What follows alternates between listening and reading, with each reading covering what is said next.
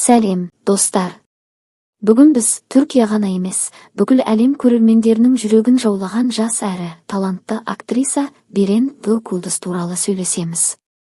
Жас болуына қарамастан, ол қалайша миллиондардың сүйіктісіне айналды.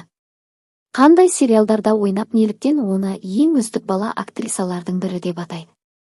Осы видеода Береннің өмір жолы, мансабы және болашағы жайлы қызықты деректермен бөлісеміз. Видеоны соңына дейін көріп, пікір қалдыруды ұмытпаңыз. Берен Gökyıldız есімін Түркияда ғана емес, оның шекарасынан тыс жерлерде де миллиондаған көрермен білетін актриса.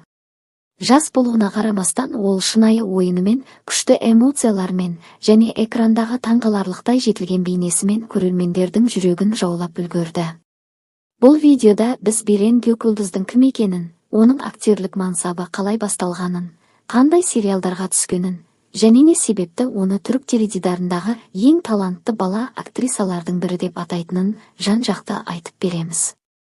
Берен Gökyıldız 2009 жылдың 29 қыркүйегінде Түркияның Стамбул қаласында дүниеге келген. Ол өте ерте жастан бастап сахна мен актерлік өнерге қызығушылық танытты. Отбасы бұл қызығушылықты толық қолдап, кино мен теледидар әлеміне алғашқы қадам жасауына көмектесті.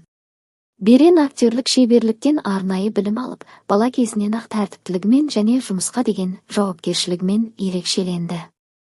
Береннің актерлік жолы өте ерте басталды. Оның табиғи харизмасы мен эмоцияны шынайы жеткізе білу қабілеті режиссерлердің назарын тез аударды. Алғашқы тележобаларында ол басқа бала актерлердің арасынан табиғи ойынымен параланып шықты. Берен Gökyıldızға нағыз танымалдық әкелген жоба «Менің қызым, Кезім» сериалы болды. Бұл сериалда ол тағдыры ауыр кішкентай қыз Ойкудың рөлін сомдады. Кейіпкері эмоциялық тұрғыдан өте күрделі болғандықтан, актрисадан драмалық көріністерді терең сезінуді талап етті. Дәл осы рөл Беренді тек Түркияда ғана емес, шетелде де кеңінен танытты. Көптеген көрермендер оның ойынын көріп, көздеріне жас алғандарын жасырмады. «Менің қызым» сериалы жас актриса үшін нағыз сынақ болды. Берен ауырсыну, жалғыздық пен үмітке толы күрделі сахналарды сомдады. Сыншылар оның ойыны баланың жасына сай келмейтіндей ересек әрі шынайы көрінгенін атап өтті. Ол артық ойнаған жоқ, жасандылық байқалмады, бәрі табиғи әрі сенімді болды. «Кезім» сериалындағы табыстан кейін Берен Gökyıldız танымал жобаларда түсуді жалғастырды. Ол жоғары рейтингке ие әні драмалық сериалында, шетелдік форматтың бейімделген нұсқасы саналатын «Байзам Хакай» жобасында және тағы бір әсерлі драмалық туынды «Акак» сериалында бой көрсетті.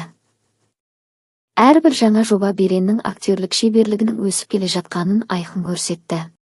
Берен Gökyıldız табиғи мимикасымен, эмоцияны көзқарас арқылы жеткізе алуымен және түсірілім алаңындағы жоғары зейін шоғырландыру қабілетімен ерекшеленеді. Көптеген режиссерлер оның жасына қарамастан, онымен жұмыс істеу өте жеңіл екенін атап өтеді. Берен әлі өте жас болғанына қарамастан, ол көрермендер мен сала мамандарының мойындауына әлдеқашан ие болды. Ол түрлі телевизиялық сыйлықтарда ең үздік бала актриса ретінде номинацияланып, бірнеше мәрте марапатталған.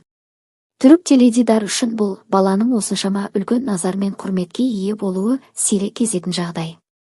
Сол себепті Берен Gökyıldız'ды жиі Түркиядағы ең табысты бала жұлдыздардың бірі деп атайды. Жанкүйерлердің пікірі мен түрік медиасының бағалауына сүйенсек, Берен Gökyıldız өз буынындағы ең ауқатты жас актрисалардың бірі саналады. Танымал сериалдарға қатысуы, жарнамалық жобалар мен теледидарлық келісім-шарттардың арқасында оның қаржылық жағдайы бірнеше 100 мың ақш долларына жетуі мүмкін деп есептеледі. Кейбір дереккөздер оның жалпы табысы шамамен 700 мың долларды құрауы ықтимал екенін айтады. Алайда нақты сандар ресми түрде расталмаған. Қазіргі таңда Берен 16 жаста, ал 29 қыркүйекте ол 18 жасқа толған күнін атап өтеді. Осындай жас үшін бұл өте әсерлі нәтиже, әрі таланттың ерте жастан қаншалықты сұранысқа ие бола алатынын көрсетеді. Айта кету керек, жетістік пен танымалдылыққа қарамастан, Берен оқуын жалғастырып, біртіндеп дамып келеді, ал оның мансабы асығыссыз, жоспарлы түрде құрылуда. Көпшілік дұрыс рөлдерді таңдай білсе, ол ересек актерлік мансабында да табысын сақтап қала алады деп сенеді. Түсірілім алаңынан тыс уақытта Берен тыныш әрі қарапайым өмір сүреді. Ол оқуын жалғастырып, білім мен актерлік мансабын қатар алып жүруге тырысады. Оның отбасы әлі де өмірінде маңызды рөл атқарып, жұмыс пен балалық шақ арасындағы тепе-теңдікті сақтауға көмектесіп келеді. Берен Көкйұлдыз әлеуметтік желілерде үлкен аудиторияға ие. Әлемнің түкпір-түкпірінен келген жанкүйерлер оның өмірін, жаңа жобалары мен жетістіктерін бақылап отырады. Соған қарамастан ол сирек жанжалға ілігіп, әрдайым жағымды бейнесін сақтап келеді. Көрермендер Беренді шынайылығы, эмоциялық тереңдігі және жасандылықтың жоқтығы үшін бағалайды. Көпшілік оны Түркиядағы ең болашағы зор жас актрисалардың бірі деп санайды. Жас болуына қарамастан, Береннің болашағы өте үмітті болып көрінеді. Сарапшылардың пікірінше, рөлдерді дұрыс таңдаса, ол ересектерге арналған жобаларға сәтті өте алады. Оның есімі түрік сериалдары әлемінде қазірдің өзінде танымал брендке айналды. Берен Көкйұлдыз, талант, еңбек және отбасының қолдауы үлкен жетістікке жеткізе алатынның жарқын үлгісі. Алғашқы рөлдерден бастап халықаралық танымалдыққа дейін оның жолы енді ғана басталып келеді. Болашақта біз оны тек сериалдарда ғана емес, үлкен кинода да көруіміз әбден мүмкін. Пікірлерде Берен Көкйұлдыз қай сериалында сізге көбірек ұнағанын жазыңыз. Сондай-ақ оны болашақта ересек рөлдерде көргіңіз келе ме? Сонымен Берен Көкйұлдыз жасына қарамастан үлкен еңбегімен, табиғи талантымен және шынайы ойынымен көпшіліктің сүйіспеншілігіне ие болған актриса. Ол бала кезінен ақ түрік теледидарының ең жарқын жұлдыздарының біріне айналды. Оның әрбір рөлі эмоцияға толы, жүрекке жететін образ. Алда Беренді әлі талай биіктер, жаңа жобалар мен үлкен жетістіктер күтіп тұрғаны анық. Сіз Берен Көкйұлдызды қай сериалынан жақсы көрдіңіз? Оны болашақта ересек рөлдерде көргіңіз келе ме?